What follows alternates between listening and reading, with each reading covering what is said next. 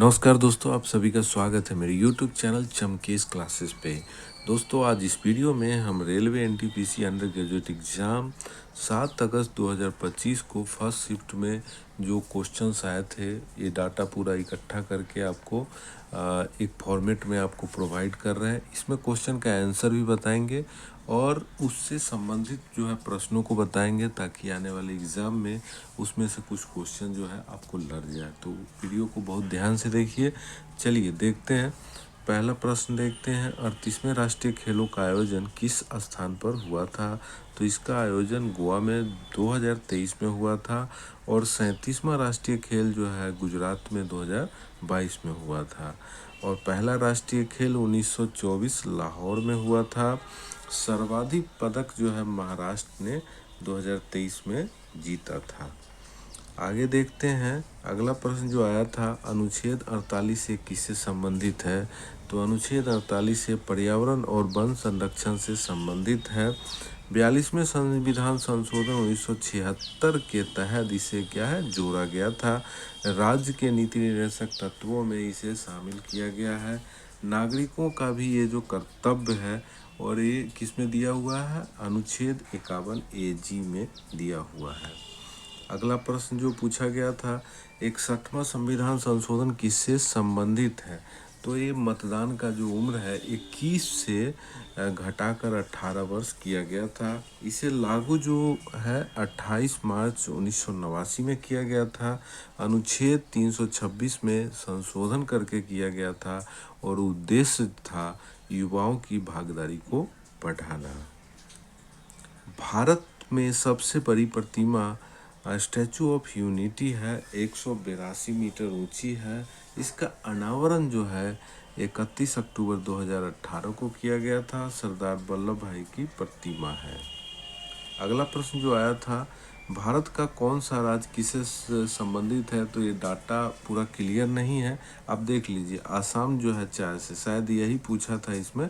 असम चाय से संबंधित है। केरल मसाले से, पंजाब में गेहूं से संबंधित है और राजस्थान ऊंट और मरुस्थल से, गुजरात हीरा उद्योग से।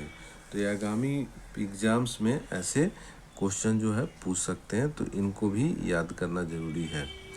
अब देखिए, डिटर्जेंट पाउडर में किस अम्ल का उपयोग किया जाता है? तो ये है सल्फोनिक अम्ल का। डिटर्जेंट पाउडर में सल्फोनिक अम्ल का प्रयोग किया जाता है। एग्जाम में आया हुआ प्रश्न है। तो हम देख लेते हैं। साबुन में सोडियम हाइड्रोक्साइड का और सिरका में एसिटिक अम्ल का। तो ये साबुन में सोडियम हाइड्रोक्साइड और सिरका एसिटिक अम्ल, याद कर लीजिएगा। आगे देखते हैं। भारत अमेरिका संयुक्त सैन्य अभ्यास, अमेरिका सेना की टुकड़ी का नाम क्या है? तो ये है 24 infantry battalion, 1st brigade combat team, युद्ध अभ्यास है। तो अब आगे देख लेते हैं। मालाबार जो होता है नौसेना का अभ्यास है। हैंड इन हैंड भारत और चीन का युद्धाभ्यास है, ये अभ्यास है। ये तो पूछा हुआ क्वेश्चन है। ये क्वेश्चन जो है आ सकते हैं, तो इनको भी आप याद कर लीजिएगा। नेक्स्ट देखते हैं, संगम साहित्य क्या था? तो संगम साहित्य के बारे में क्वेश्चन पूछा गया था। तो प्राचीन तमिल साहित्य, संगम काल 300 ईसा पूर्व से 300 ईस्वी तक के काल को संगम साहित्य कहा जाता है। इसका राजधानी मदुरई और रचनाएं जो हैं, ये रचनाओं को आप याद कर लीजिएगा। अब देखिए, अगला प्रश्न जो पूछा गया था, भीमबेटका की गुफा किस राज्य में स्थित है? तो मध्य प्रदेश रायसेन जिले में स्थित है। यूनेस्को विश्व धरोहर में ये कब शामिल हुआ था? 2003 में शामिल हुआ था और ये पाषाण कालीन शैलचित्र है। अगला प्रश्न पूछा गया था, हाल ही में आरबीआई के नए उप गवर्नर कौन बने? तो ये बने थे डॉक्टर पूनम गुप्ता, अप्रैल 2025 में बने थे। आरबीआई का मुख्यालय मुंबई में है और स्थापना 1935 में हुई थी। अब देखिए, आर्टिफिशियल इंटेलिजेंस से संबंधित हाल ही में योजना किस राज्य ने शुरू की है? तो राजस्थान ने एआई मिशन शुरू किया है। कुछ और मिशंस के बारे में हम देखते हैं।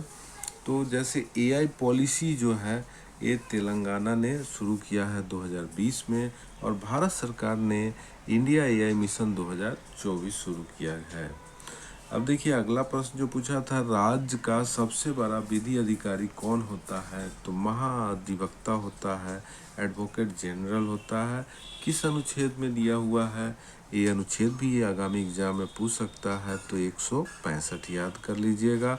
और नियुक्ति इसका जो है राज्यपाल के द्वारा होता है, तो ये भी क्वेश्चन जो है आने वाले एग्जाम में पूछ सकता है। अब देखिए अगला प्रश्न जो पूछा गया था, कान फिल्म समारोह का मुख्य पुरस्कार दिया जाता है, तो इसमें दिया जाता है पाम डियोर।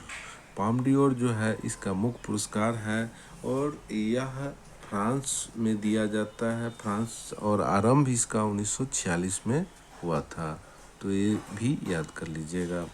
हिमालय के सबसे पूर्वी चोटी कौन सी है?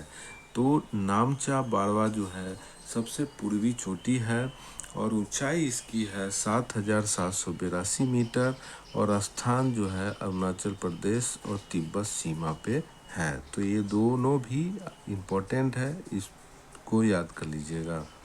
अब देखिए अगला प्रश्न देखते हैं, 2024-25 में इंग्लैंड से भारत में प्रत्यक्ष विदेशी निवेश एफडीआई का प्रतिशत हिस्सा कितना था?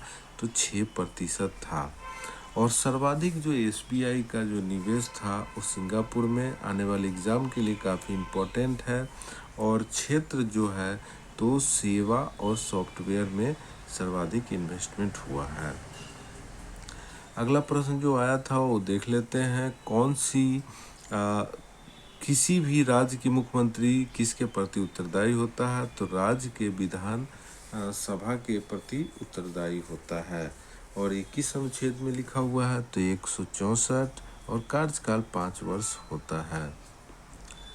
हर घर जल पहुंचाने के लिए कौन सा योजना शुरू की गई है? तो जल जीवन मिशन, याद कर लीजिएगा। और इसकी शुरुआत जो है 2019 में हुई। और जल जीवन मिशन किस मंत्रालय ने शुरू किया है? जल शक्ति मंत्रालय ने।